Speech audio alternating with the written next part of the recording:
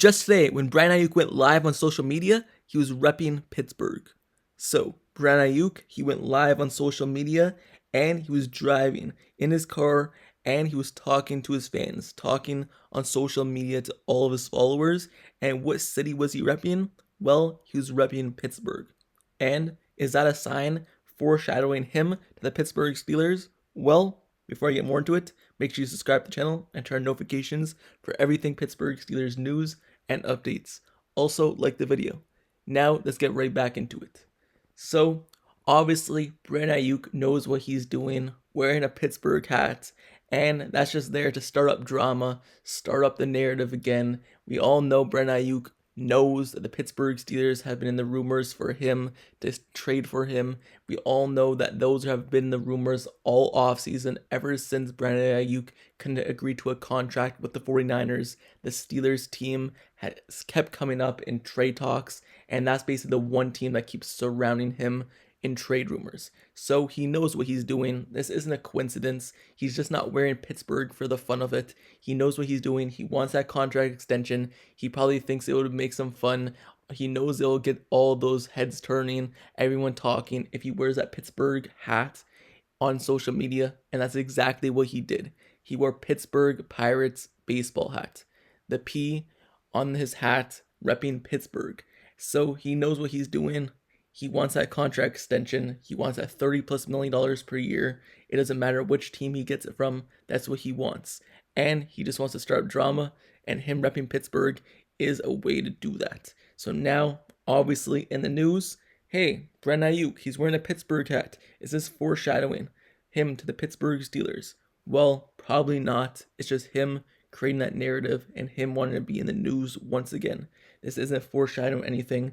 He may be hinting at, hey, I already know Pittsburgh are in the rumors. Let me just wear a Steelers hat real quickly. So obviously he's aware of those rumors, but it's not foreshadowing. The Pittsburgh Steelers, obviously they've been interested, but are they really going to give up a first-round draft pick, pay $30+ million a year, or give up 2-round draft picks, a second and a third, and also give up that $30 million per year? At this point, I don't think so. I think those are way gone. Those news, those rumors with the Pittsburgh Steelers surrounding Brandon Aiyuk is way gone. That was so like 2 months ago. Now it's just about moving forward with the team that we have.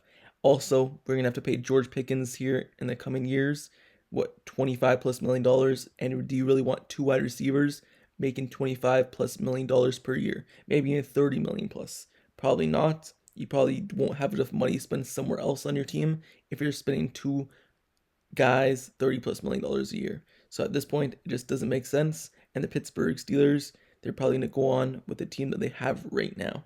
So Brandon Aiyuk, he's in the media, obviously on social media, going live, talking, repping Pittsburgh.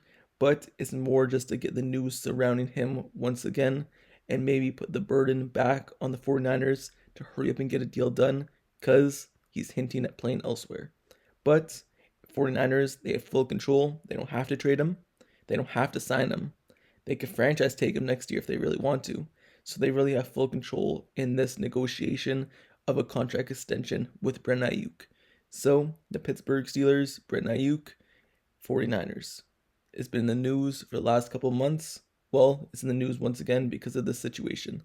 But is this foreshadowing? Probably not. Now, let's move on to the next topic of this video.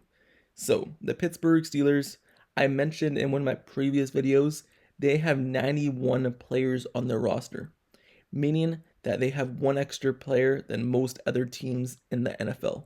What does that mean?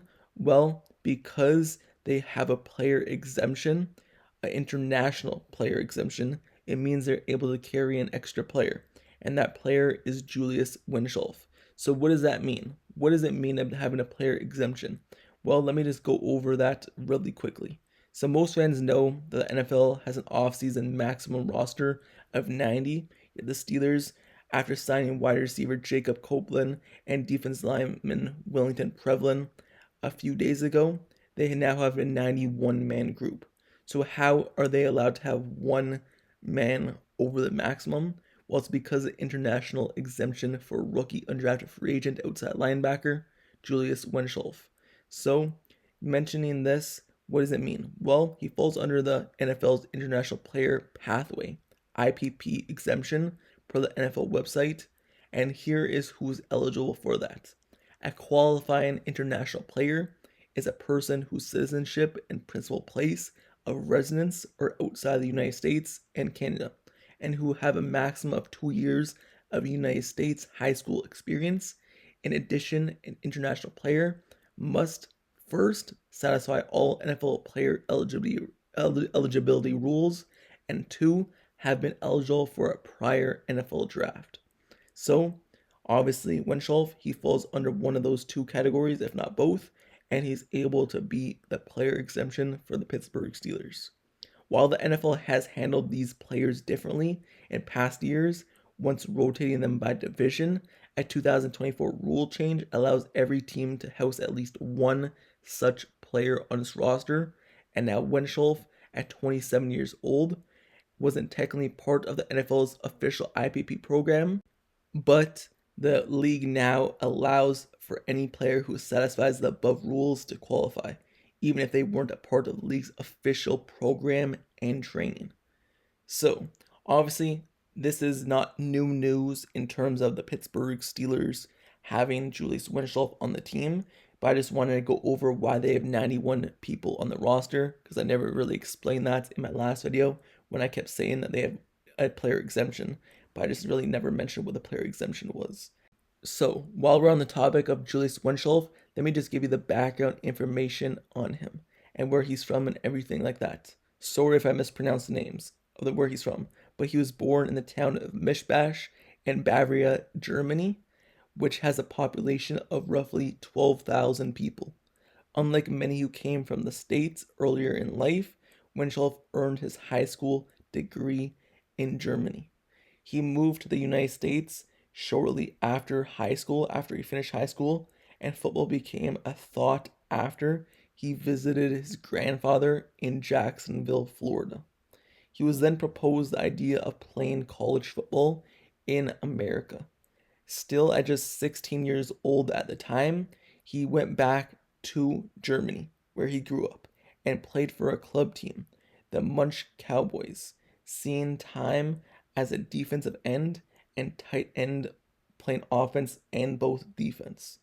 And he was trying to understand the game one snap at a time. He then linked with former CFL player Brandon Collar, who moved to Europe and started a training program to help further his football skills, and then that landed him on college radars. Per Charlotte Observer and news outlets like Yahoo, Wenschoff used money as a mechanical engineer apprentice while also renovating homes to pay for training and kind of trips for kind of honing in on his football skills. His work paid off because that earned him a scholarship offer from the University of Michigan. They were one of several schools to offer him. He spent 5 seasons with Michigan Wolverines, mostly playing special teams. And then, right before the 2023 season, he entered the transfer portal. USC offered him a scholarship, but he turned them down to join Charlotte. Following some of his Michigan coaches who took jobs with the 49ers, Wenschoff was posed for serious playing time, but suffered a season-ending shoulder injury 4 games into the season, which ended his college career with 29 tackles and 1 sack. But then he entered the draft, and at his pro day he weighed in at 6'6", 257 pounds, testing really well, 4.82 4-yard dash time, 10.2 broad jump with 7.3 cone drill time. So he entered the draft, went undrafted, and that's where the Pittsburgh Steelers come into play. And he signed with the Pittsburgh Steelers after the 2024 NFL Draft, receiving a $5,000 signing bonus, and signed to the Pittsburgh Steelers to make this 91-man roster possible. And like I said, and many other people, when I do breakdowns, he might not have a good chance to make this roster, but at least gives him a chance to show what he's capable of and show out for other teams, show out and maybe make this practice squad. So Julius Wenschoff, he comes over, he's a player exemption, and I just wanted to break down what that player exemption was and why the man roster is at 91 and not and 90 as other teams have 90 and 90 in past years for the Steelers. So 91 because of player exemption, and Julius Welshoff is that player exemption. So with that being said, this is both the topics of today's video, saying, hey, Brandon Aiyuk, he's repping the Pittsburgh area, in his latest video talking to his fans on social media, stirring up drama once again, and just explaining this 91-man roster. So with that being said, let me know your thoughts down in the comments below on Brandon Aiyuk repping Pittsburgh. Is it foreshadowing him coming to the Steelers, or is it just him trying to get a contract extension with the 49ers? Let me know your thoughts on him repping Pittsburgh. And also let me know your thoughts on the player exemption rule and things like that, having the roster at 91 now. So that's the end of this video. Make sure you subscribe to the channel and turn notifications for everything Pittsburgh Steelers news and updates. I cover everything Pittsburgh, whether that just be drama that's going around the NFL surrounding Steelers, or just news and breaking news in general. I've covered it all, and I'll continue to cover it all as we head into training camp really soon here, with all highlights and analysis on training camp. So I'm covering all the offseason, all the regular season, and repeating it once again. So subscribe to the channel, turn notifications, and I'll see you guys all later. Till next time, I'm out. Peace.